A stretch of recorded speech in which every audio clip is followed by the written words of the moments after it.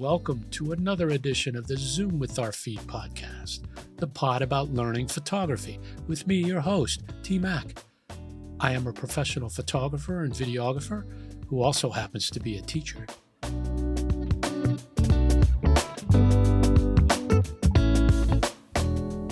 In this episode of the ZoomPod, Philadelphia-based photographer Zamani Feelings joins me to talk about his mastery in several genres and our shared love of teaching photography.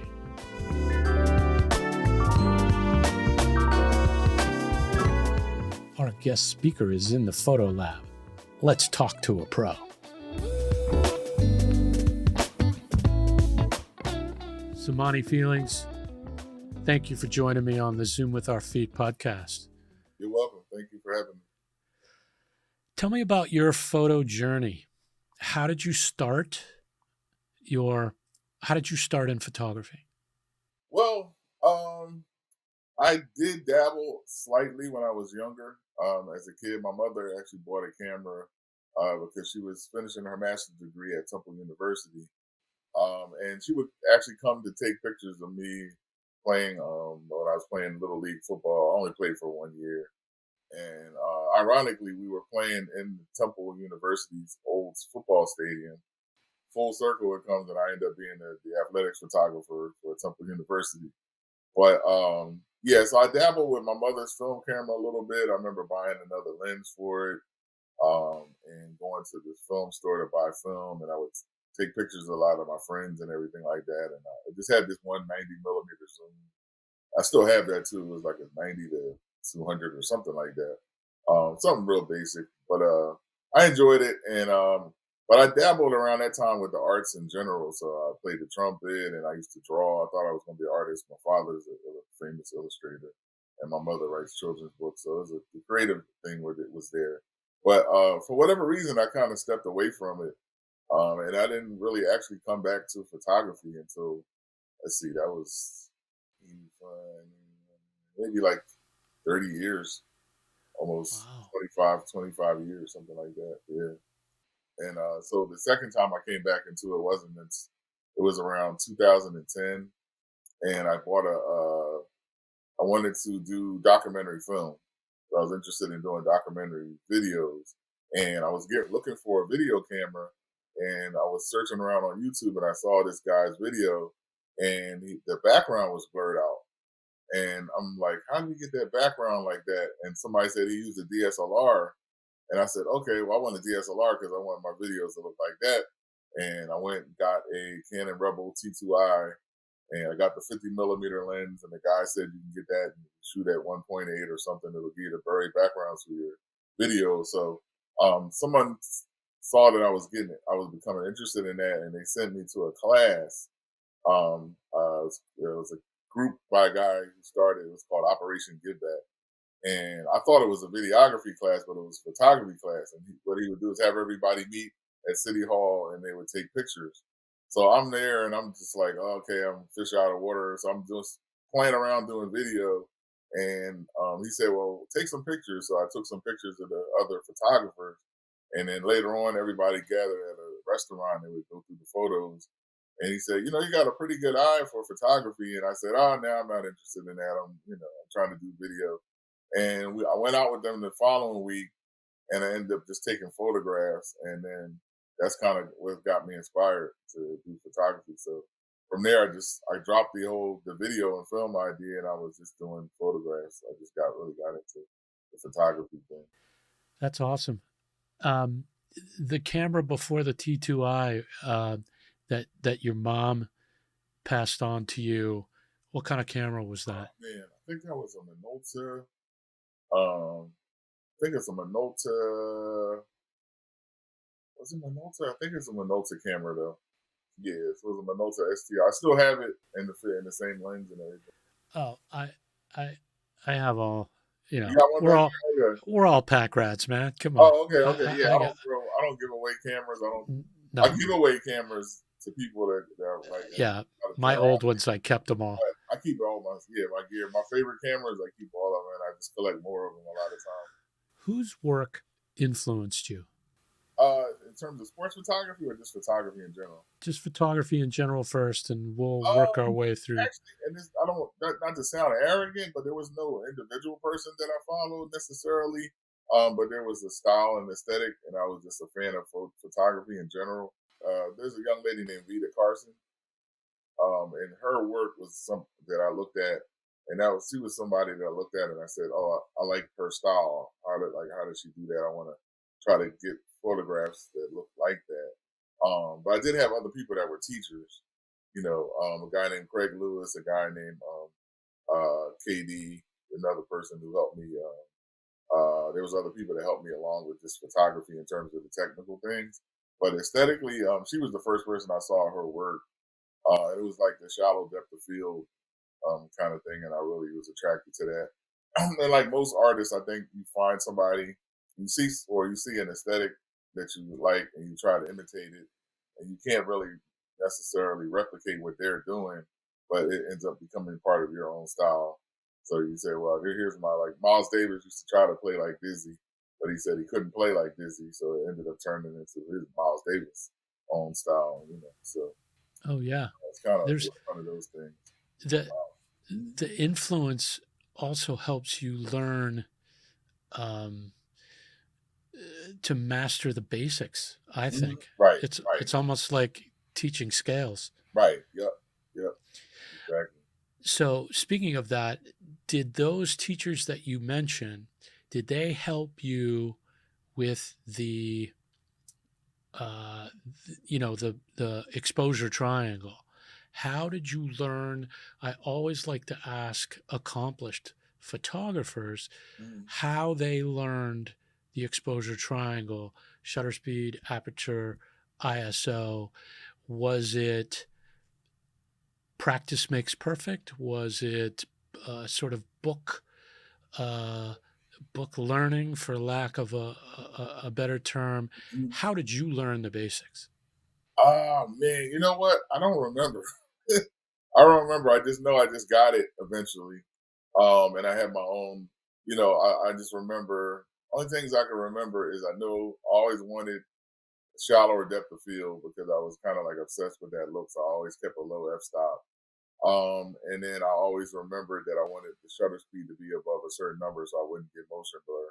And then other than that, and I think I would just go with my ISO from there, unless I was using auto ISO. But I don't really remember how I learned it, and I wonder that too because I find that it to be very difficult for certain people, and other people it's very easy. Like there was somebody I know who I was working with for 2 years, and for whatever reason, he just couldn't get the exposure triangle. And then I remember sitting down with a young lady, and I showed it to her, and in an hour, that was it. She was gone. She was off and running, and she never had a problem with settings at all after that. So yeah, I mean, I have my normal system of what I do. I was a voracious reader and studier, and I would watch tons of videos and everything until I got something. I'm not necessarily curious in the sense of I want to know every detail about cameras and the history of cameras or anything like that. I just need to know what I need to get the type of images that I want, and that's enough for me. You also, and I tell this to students all the time, look at other people's work and then reverse engineer it. Mhm. Figure out, okay, in your research or in, asking, that blurred background is created how? I ask them. And that sort of uh, deconstruction helps people. But you're absolutely right. I've had students that they go, oh, I get it. This Right. one is the motion blur. This one is light Yep. and the light sensitivity. Right. And they just sort of off they go. Right. I've also found that people hear that there's quote rules and then they think, well, those are hard and fast rules. And they're Right. not really hard and fast rules.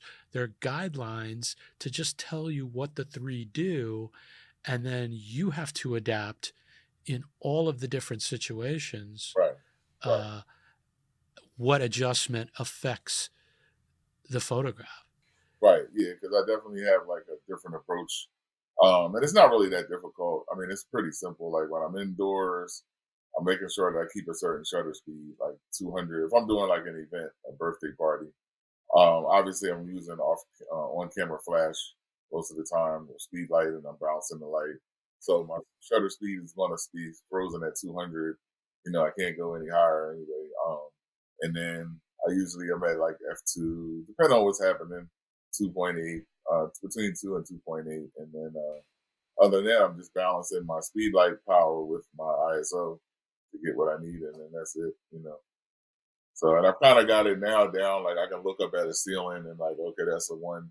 This is a low ceiling, so that's like a 1/16 power ceiling for my flash. So I usually maybe I'm at 800 ISO, and then if I look up and I see it's like a higher ceiling, 12-foot ceiling, then that's 1/8 power. Where it's a really high ceiling, that might be a 1/4 power, and that means I'm probably going to be at 3200 ISO or something like that. So it's never exact, but that's basically it. But yeah, it's a setting sometimes, or an exposure triangle is a hump for people that they can't get over, and I think it's a lot of times it's somewhat of how it's communicated by the places that they're learning from, and some of it is just not grasping it or overthinking it too. Well, I got to tell you, this probably would have been a couple of years ago when I first jumped on the sports photographer Facebook page. You were the first person who turned me on, I guess, to auto iris, Oh, okay. and not feeling like there's any shame in it. And after I did it, I remember, man, I went out and I know that I want my shutter speed to be, I don't want to go below, for me, it's probably 1600, 1000. I Right, don't want to go below that. right. And that would, dictate that essentially the ISO is chasing me. Hmm. And I was like, wow, this is so much less stress Yeah, of, you're focusing on all of your composition, all of your aesthetics. right. And then you look and you're like, oh my God, these are all dark. Yeah, Because yeah, when I spin the wheel, uh, uh, I'm doing shutter speed, aperture, like you say, I'll hmm, adjust with compensation. hmm, And then I'm like, you know, so I just wanted to say there were two things that hmm. using auto ISO, and the other thing, and this was just recently, it's probably last year when I switched to mirrorless Hmm. Canons from the 1D Mark IV. Hmm. You were the one with the R6 because I had Yeah, the original as well, yeah. and you said check the settings. There's a noise reduction setting. Switch to JPEG, hit Oh, that yeah, hit yeah. that noise reduction, and it was like, Yeah, I mean, that's like it's crazy because this stuff is all right in the camera, and that's kind of what it's designed to do.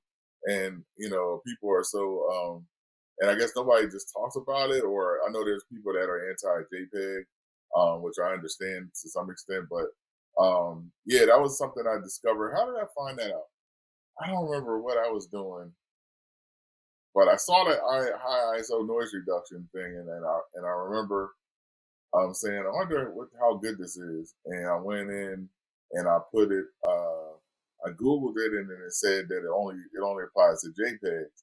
So I said, let me see how it works. So I remember putting it on high, and I always recommend that people never use the high, at least in Canon, because that one, it really softens the image up, and it even kind of distorts it. It's kind of like when people use those the Topaz software and they put it too high and it makes the person look like they're melting or something like that. yeah, And I did call Canon and talk to them, and they confirmed, they said don't use the eye. That's only for extreme emergency situations where you're trying to get a picture of a raccoon in a pitch black nighttime or something like that. You know what I mean? But yeah, but what happened was, I put it on there and I said, well, that looks a little soft. It softened the picture up, so I used the standard. And then I went and looked at the picture and I said, it looks good. It just needs a little more sharpness. So I said, what if I turn up the sharpness in camera to balance off the yeah. high ISO noise reduction, softness on the image, and then I feel like, oh man, that's perfect balance. And so I thought, I mean, I know I wasn't the first. I didn't think I was the first person to think about it, but I posted about it. But then someone sent me the Max Preps.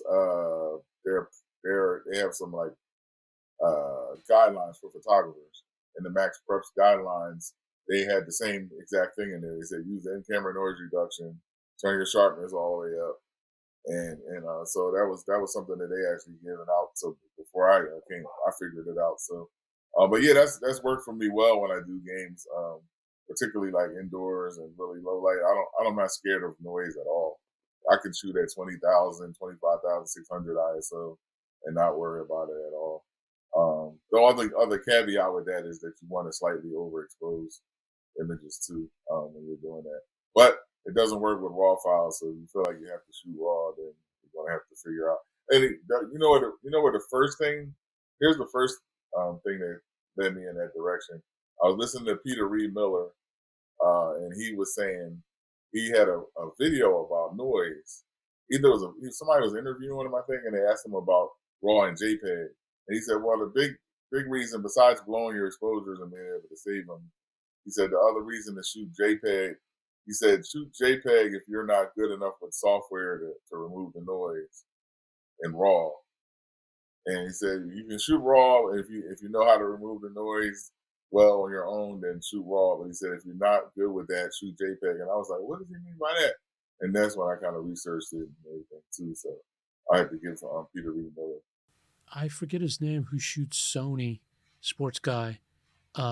He's all JPEG all the time. And he talks specifically about you're not losing anything. It's the same sort of status quo versus whatever works or what's you got to get an image. No one cares how you get the image. If you have time in post, go for it. Yeah, I mean it's definitely a time saver.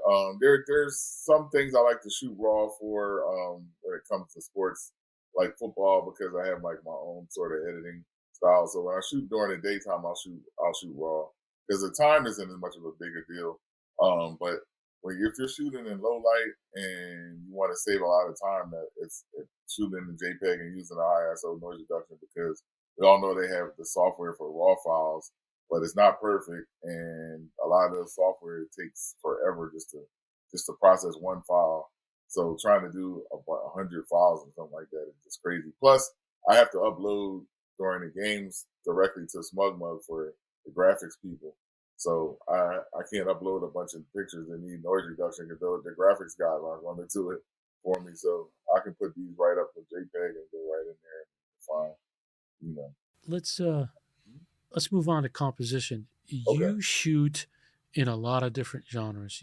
Your work, one of the impressive things about your work is you're not just a sports guy, or you're not just a wedding guy, or you're not just a portrait guy. You do all of that type of work. Mm-hmm. And so for me, you can tell that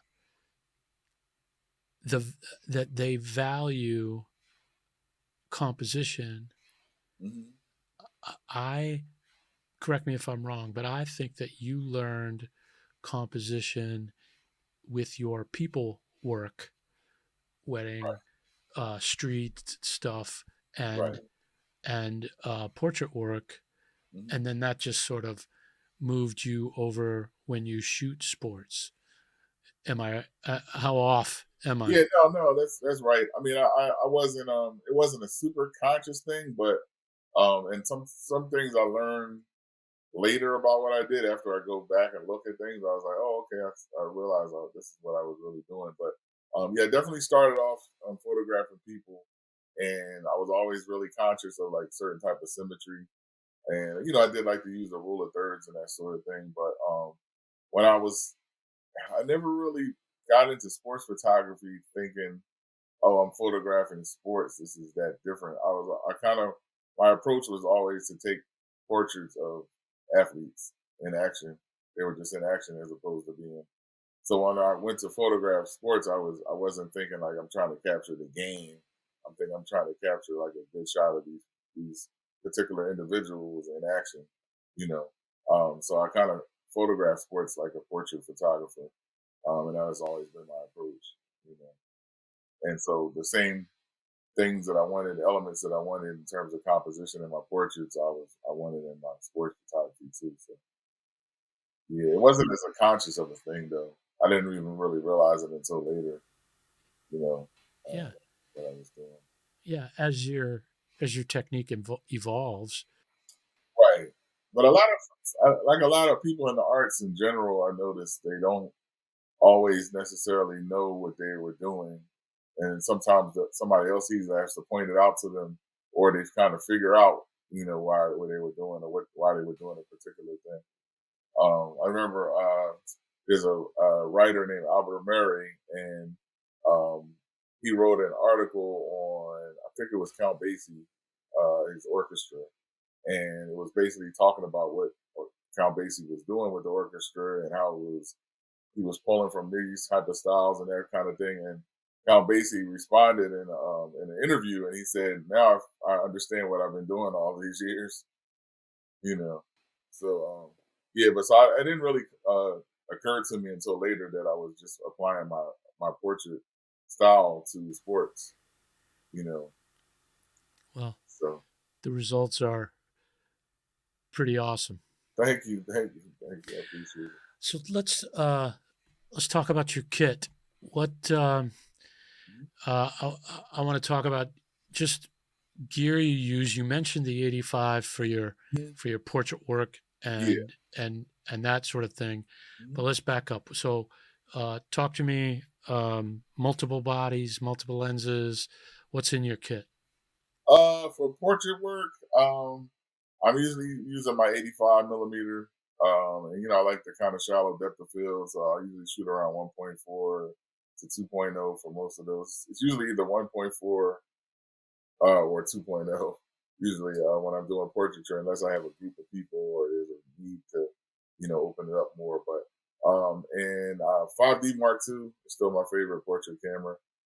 Something changed in the Canon cameras after the 5D2.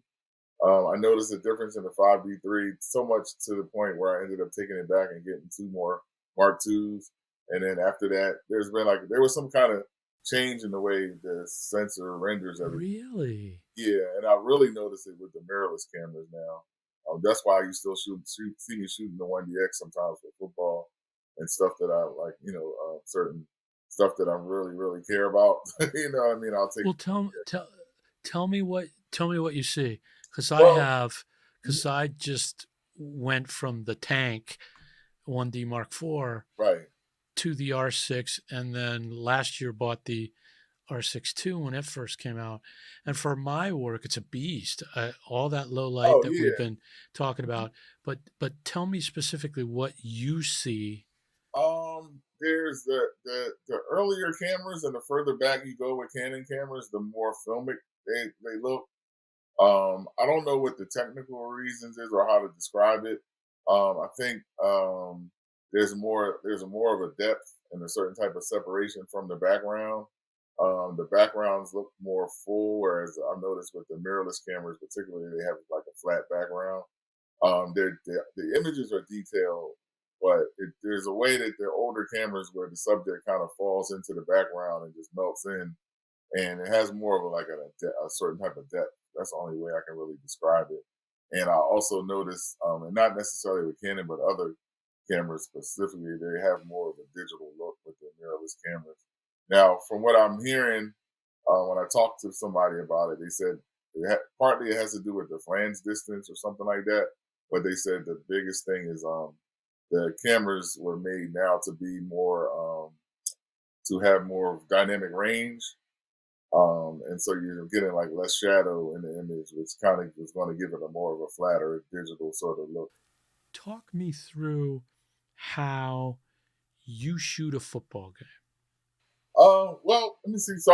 With regards to that one thing about the wide receivers, that was something that I got from Peter Reed Miller on one of Scott Kelby has a website with a bunch of videos on there, and Peter Reed Miller's.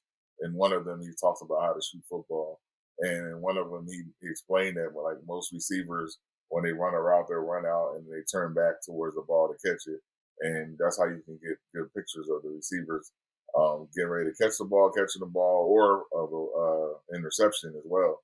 The defender capturing it and intercepting the ball. So that was something I got from him that I never really thought about, but I did think about it. I thought about it before he said that. I played the video games. I play NCAA football. That's the only game I play. That and Madden. I don't play any of the war games or Call of Duty or nothing. I've tried it. I just can't get into it. All I play is football. So if you go to my box inside there with my games, I just have all football games. But I noticed that when I was watching it, the receivers and the plays on there, that most of them they were turning around and catch the ball. So that's it. So yeah, there's a few things.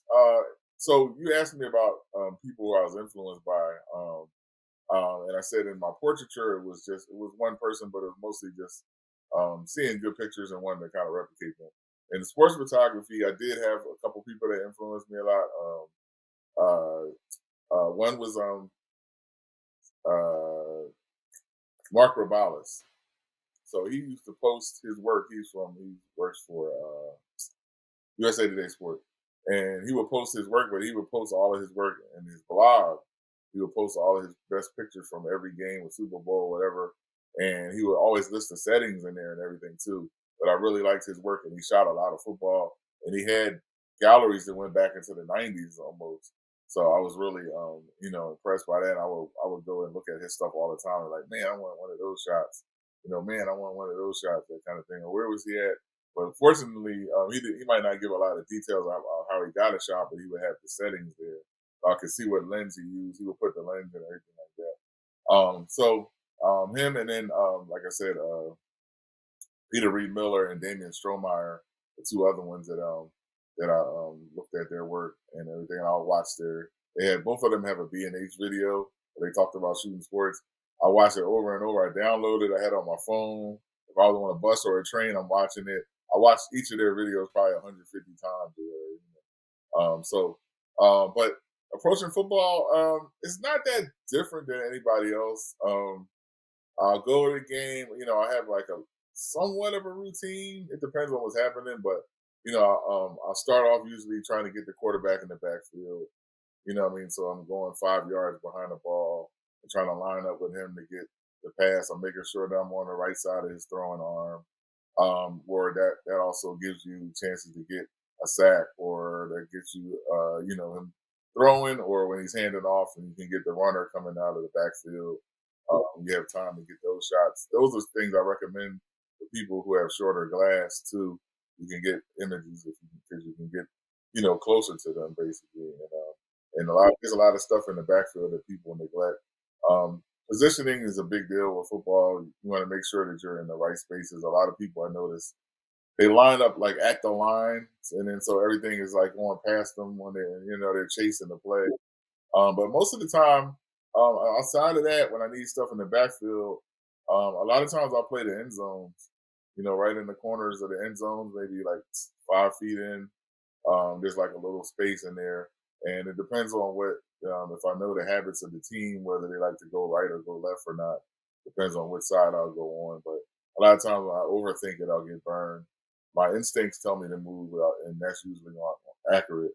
But if I overthink it, then a lot of times it's that play. I move over here, and then the play comes that way. The next play comes that way. So, but that's mainly it. I'm trying to get eyes in the ball. That was the first thing when I first did my first Temple football game. And the guy said, eyes on the ball. You want eyes on the ball. So, I remember that just stuck in my head. But I'm trying to get faces, expressions, and some interesting action. But, a lot of football is still, luck. You having to be lined up in the right position to capture the right thing. For Temple, and like if I'm working for a school where I shoot for them regularly, then I'll go out of my way to try to get ISO shots of like, linemen and defenders and stuff like that, as well as the normal like offensive action and everything. And then I'm shooting low to that low angle. a lot of times. I don't lie down all the time where people always think like you're laying down the whole game. I'm like, no, I've done that, but it's not all the time. And then, if the offense is backed up to the goal line, it's always nice to take your 7200 and get on the ground and get behind them. You know what I mean? That kind of accentuates everything. The low angle is actually more more dramatic if you're using a wider lens too. People don't really realize that. Sometimes if you're shooting with the 400 and they're 60 yards away, it's not that different of a look than when you're kneeling. But if they're closer to you, it becomes more impactful. It depends on a lot of other things too, the lighting and stuff too. You have an image that is, well, let me just say that the get low thing is kind of an ongoing discussion between you and I, and that we've had with, I would say, many members of the Facebook sports group that we're in, and different ways to execute that. But one image in particular, for my mind, that sort of says, how powerful the low angle is you are essentially on the end line of an end zone, and the punter is that one. Maybe 4 yards, 5 yards in front of you, but the shot, which you mentioned before, so it's wider, but the low angle, him in the foreground, extended ball on its way, is so much more powerful, and I would say compelling an image because of the low angle. Low angle, yeah. And part of it is also because I'm using the 70 to 200 and they're closer, so you know what I mean. It was even more dramatic. I don't know if he was that close to me or I just cropped it a little bit, but he was close enough to where it makes it 3-dimensional, and he almost is like filling up the screen. You know what I mean? Yes. Yeah. So that one was. I'm glad I shot that one. I don't remember. I think I just remember them getting ready to punt, and I was like, should I take this picture or not? You know what I mean? And then I was like, let me go ahead and take it. And so I got down. Since I sat down, I was like, well, I might as well get out on the ground. And I think they called a timeout because they would have kicked it and I would have missed it. I think they called a timeout and then he punted. And then I didn't even think if I got anything from it. I didn't even go back to look at that. I just kept moving. And when I got home, I was like, oh, this is kind of cool. Yeah. The only downside about that shot is, and it's interesting what photographers appreciate and what maybe media people appreciate is different sometimes. Because we play at the Philadelphia Eagles field at the Link, and we don't have a 79,000 seat crowd to come to our game, so a lot of times the seats are empty and that space up there are high, and so people are like, "That ain't nobody in the seats." The media people are like, "Oh man, looks like our stadium's empty." For me, I'm like, "Who cares? You see the picture, it's great." Right. But, so. They'll dismiss it because of one aesthetic factor that you can see the upper deck is basically bare. Right. But it's like, no, man, it's a great picture. It could have been destroyed, but it just worked out. Like you could see his foot come out. You know what I mean? Like if you didn't see his foot, that would have been. You could have said, there's no foot there, and then the ball just happened to be in the right space. Correct. Get blurred in. So that's luck. Like you can't say, I'm going to sit down and get this shot. I tried it like 3 more times after that, and it was a dud. Yeah. It didn't look as good. And also, the light on that day was behind me. So that kind of illuminated him. If it was backlit, it wouldn't be great either. So there's a whole bunch of elements that you can't really struggle. And that was the 1DX too. Like, you know what I mean? I probably had I used the R3 or something like that, I might have been able to get one where the ball was even like in a more perfect spot, but it worked out for me. So, yeah. Oh no. And to think that, I don't want to say it was a throwaway, but in your mind, you're like, I could try this. This might work. Maybe, and you were ready to bail, but you stayed. And right. And the other reason is because the kicker, the punter, had been asking me for pictures that year a lot. So I was like, okay, good. I got a time to get him. You know what I mean? Had he not asked me when I was maybe not taking that shot as possible. So, I know the times where I just like do something on impulse a lot of times, and then when I got It works out, doesn't it? yeah, yeah. So let's talk about your business. So at some point, you came back, Hmm. and then when was the point that you thought I could make a living doing this? Hmm. When I got into it, the idea of it becoming a full time business or anything like that was far from me. I was doing social work. I was working for a social work agency, and so I was just Wow. doing it in the evenings.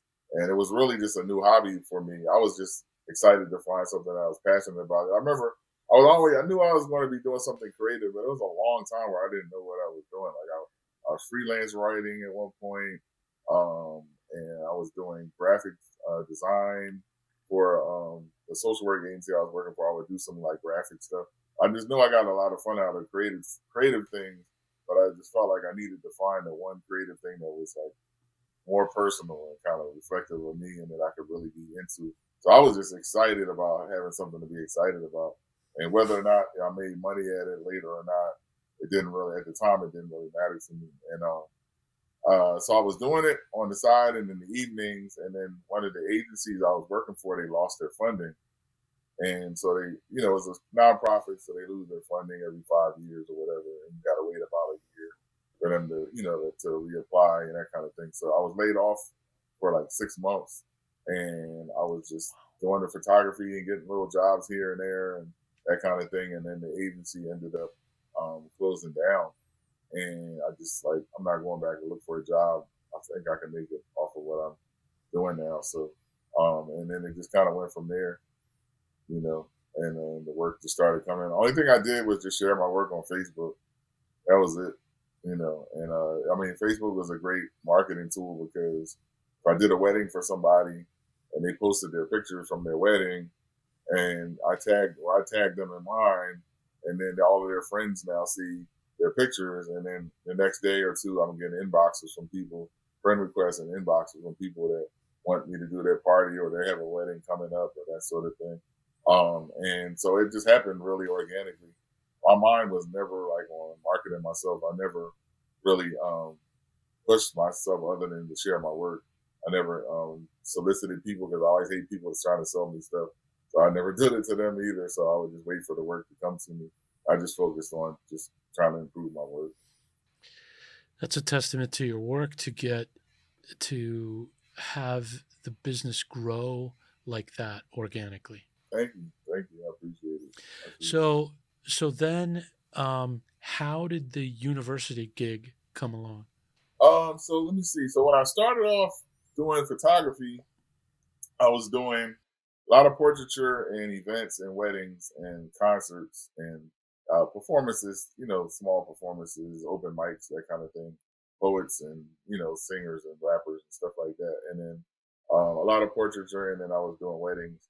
And so that was in 2011. That was from 2010 to 2013. And around 2013, I started really developing an interest in sports photography. So I started going to high schools, and I was just basically capturing anything I could, like action wise or whatever. And remember, in my mind, it wasn't I want to be a sports photographer. I was just like I like to capture people in action. So when I would shoot kids and doing a family shoot, I would always have the kids do a jump or something in the air because I was just like I thought it was fascinating to capture somebody in motion. And so I started going to games. I'm like, this is the best place to get people in action. Let's do this. And I did have a love for football. I played video games a lot. I used to play with Temple football all the time before I was doing photography. Maybe a couple years before I was doing photography, I just got fascinated with the football game, and I was playing Temple with Temple. They're like, oh, I'm affiliated with Temple. Okay. My mom worked at Temple. She retired from Temple as she worked there and taught there. So I was playing the games. But anyway, long story short, there was a guy who was in one of the sports photography groups we're in, and he had a magazine called Coach and Player Magazine. His name is Frank Stevens, and he asked me if I would like to photograph the portraits for his magazine, like when he interviewed like athletes and stuff like that. And I was like, yeah. He's like, I can do that for you and pay you a little bit, and I can also were you interested? I see you're interested in sports photography now. Would you like to get into some Temple games to get pictures there for us?" I was like, "Oh yeah, that would be great." So that was the 2013 was my first Temple game. It was against UConn at the link at the Eagle Stadium. I had never been to a college sport game of any kind in my life, and I was there, and then I shot two games that year, two more games the next year, and that was it. And then in 2015, they gave me a season credential, and I got friendly with the people there at Temple, and that year we beat Penn State, and I got some like really great pictures from there, and I got a 400 that year and everything, and that's when I kind of knew that this is really what I wanted to do. And the next year, I did another season of home games, and then I actually traveled on my own dime to the away games for the football team, and they did end up paying me like a little bit to cover my hotel expenses. And then the following year, they had a new coach, Jeff Collins. He really liked my work, and he was like, "I want you on the road with us. I want you on the plane with us. Everywhere we go, you're going, and I want you to do the media day stuff for us." And by that time, I had already started doing like a soccer game here, a basketball game here, that sort of thing. So then I just kind of became the official athletics photographer there. So I do all of the sports and all the media day stuff and everything like that.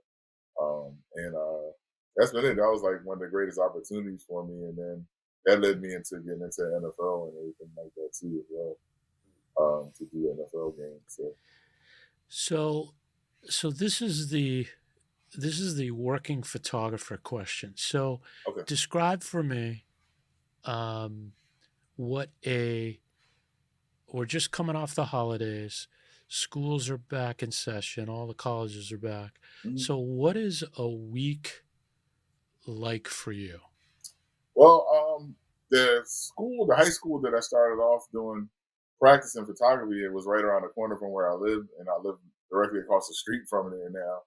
I do all of their sports and everything too, and then there's another high school that I have, and then I do stuff for Philly Sports Digest, and that's selected high school games that they send me to.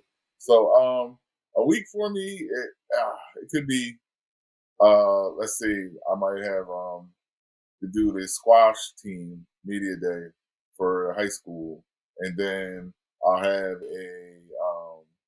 there's like a mayoral press conference that this other entity will send me to work for, or Word Radio will have an event. And then the next day I might just be doing the tennis media day pictures at Temple.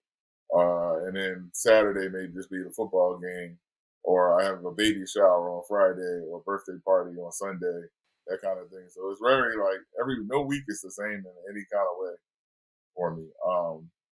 Even just like this week I did the swim team over at Agnes Irwin School, and then I did I do anything? I did Temple basketball game. I don't remember what day it is. Every week I can't remember anything most of the time. But yeah, so that's kind of how the routine is. Before I got on the radio with you today, on the air with you, I was doing the swim team at Penn Charter School, the media day, the backdrops and the lights and everything. I think what people don't realize is that when you are a working photographer, so in a week I counted, or I lost count after 4 or 5 different types of photography. So Mm-hmm. a portrait, an event, a sporting event, media day, which I don't think people realize is both stage stuff, portrait Right. stuff, Mm-hmm. and also the podium stuff. Mm-hmm. And you're probably mixing in some behind the scenes stuff for marketing and Right. and all of those. So it's and I tell students and everybody that always says, yeah, I would love to make a living at Mm-hmm. photography. I always respond, but you're never only going to do one thing. Right. You need to be able to handle a sports event. Sure. Right. We all would love to do that Right. every day, Right. but it really doesn't work that way. And then Mm-hmm. portraits, Mm-hmm. media stuff, Mm-hmm. high school, college. Right. I see your work in the NFL as well. So you're mixing in which I guess I say all that to say that's pretty typical of a working photographer. Yeah, I like the I like the variety too. Like I'll do some real estate stuff sometimes. I mean, I like to do the I like to mix it up. I think the is interesting because prior to me getting to, I would say 2000 between 2011 and 2017, 2018, my predominant work was like events and portraiture and that sort of thing, and that was the bulk of my work. And then the sports everything kind of shifted, and now the sports related photography stuff is the bulk of my work, and everything else kind of fills in for those things too. So the great thing about working for schools or teams is that there's regular, there's going to be regular work.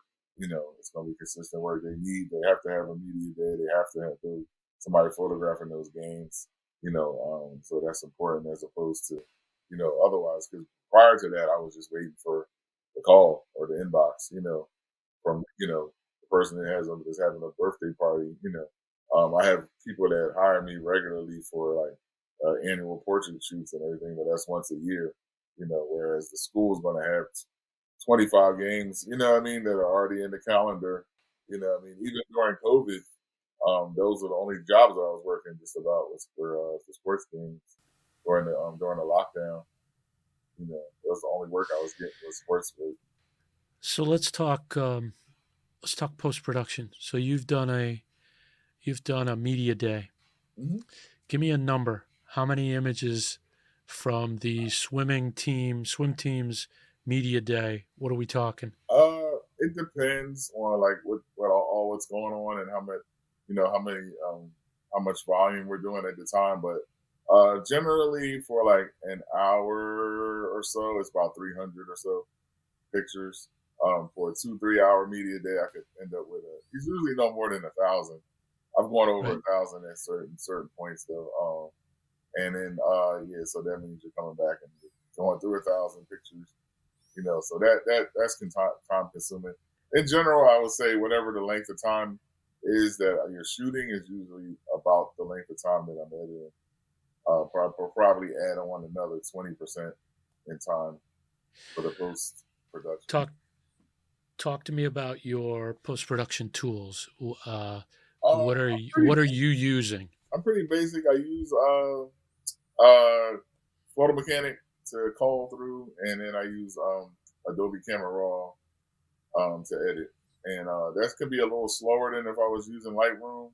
And Lightroom is great, and I use it sometimes for event stuff and everything like that. But Adobe Camera Raw, I have like my own system, and I use like the certain presets. And I don't want to be controversial here, but I kind of like the JPEG output from Camera Raw over Lightroom JPEG output. But I know people will get mad at me. Like, it's the same company, but still, it's different. From what I've experienced, and I've used the newer versions of Lightroom, and they are improved. But I just like Camera Raw output. So coming down the home stretch. So let me ask you this. Mhm. If you were talking to someone about what you've learned in your journey, Mhm. and you say to them, here's what I've learned about photography, give me one thing that you would tell them. I usually encourage people to photograph what draws you. You know, find a style or find a particular subject matter that you really like, and photograph it, and photograph it the way you think looks great, and don't be overly influenced by what the trends are of the time, and just go with what really feels good to you and what you're really attracted to. I've encountered photographers who I don't know if you noticed this, but I feel like and it's not to say that they're mutually exclusive, but I feel like people, and it may be a right brain left brain thing, or I'm not sure what it is, but I feel like there's people that have an eye for like still life, and landscape stuff like that. And then there's people who have an eye for like people photography, animals, that sort of thing, like that. And they're kind of it's a different sort of set of skills. Like there was a young lady at the that Operation Give Back group that we went out with, and mostly everybody else were people photographers, but she had like an eye for still life. She could look at a tree and see like a shape in that tree, and she would do a close up of it. And I was like, I would have never saw that. I could have looked at that a million times. And she had no interest in photographing people at all, but she was just so good with capturing the particular things, and she would just see stuff, shapes, and everything that I would never see. And I've encountered people who really had that skill, and I asked them, they were trying to do event photography and that kind of thing, or take pictures of models because that's what they saw getting all the attention online. And when I would kind of probe about what they were really interested in, they would say, well, I really like wildlife and I like taking landscape pictures and bridges and that sort of thing. And I was like, that's probably where your aptitude is at. So I said, do what's really attractive to you. It's an art form. It's not, and don't worry about what everybody else or how much, what the trends are, I should say, because those will probably change anyway. And she ended up doing that, and she does really beautiful like landscape work and everything like that. Really nice stuff. And then I'm always been a thing of moving people towards what they're actually really passionate about. And that was what I got into photography, and I got into sports photography for. I wasn't enamored with the idea of being a photographer. I just like taking those pictures and getting a really good one, and the excitement that I got from it. That's right now is the thing I get the most excited about is when I nail a really good image. I'm just like, oh yeah, it's like, that's the time where I got one. So it's kind of like hitting the lottery. But I never really, the idea of being a photographer, I never thought I was going to have a business. I remember watching The Real World in 2008. And there was a girl in there, and she was like, my dream is to be a photographer. And I remember in my head thinking, that sounds kind of boring. You know what I mean? And then a couple years later, I'm doing it. So, it was it was kind of funny to me. So, yeah, so I'm always just pushing people towards their, and I feel like the thing that you're drawn to and that you see and you get excited about is probably connected to your passion and then your talent, if you're not if you're thinking for yourself, and you know what I mean, I think that that's kind of a signal where you should go, what direction you should go in. Well, Zamani, I can't thank you enough for being a part of the project. Oh, you're welcome. I appreciate it. Thank you for having me. I really appreciate it. I appreciate it too. Thank you. This was great. I learned stuff about myself today just from the questions and everything that you asked me. I was like, I never thought about that. It's like I feel like I've gained a different kind of insight just from talking with you. I appreciate it. Awesome. That's what it's all about. Yeah, definitely. Thanks again to photographer Zamani Feelings. You can check out his awesome work at ZamaniFeelings.com and on all of his social media channels. The Zoom with Our Feet podcast is a production of TV Commando Media. Be sure to take a peek at the blog and other episodes of the ZoomPod at ZoomWithOurFeet.com. The ZoomPod theme is by Novembers and their funky groove, Cloud 10. Until next time, photographers, if you're not shooting, you're not learning.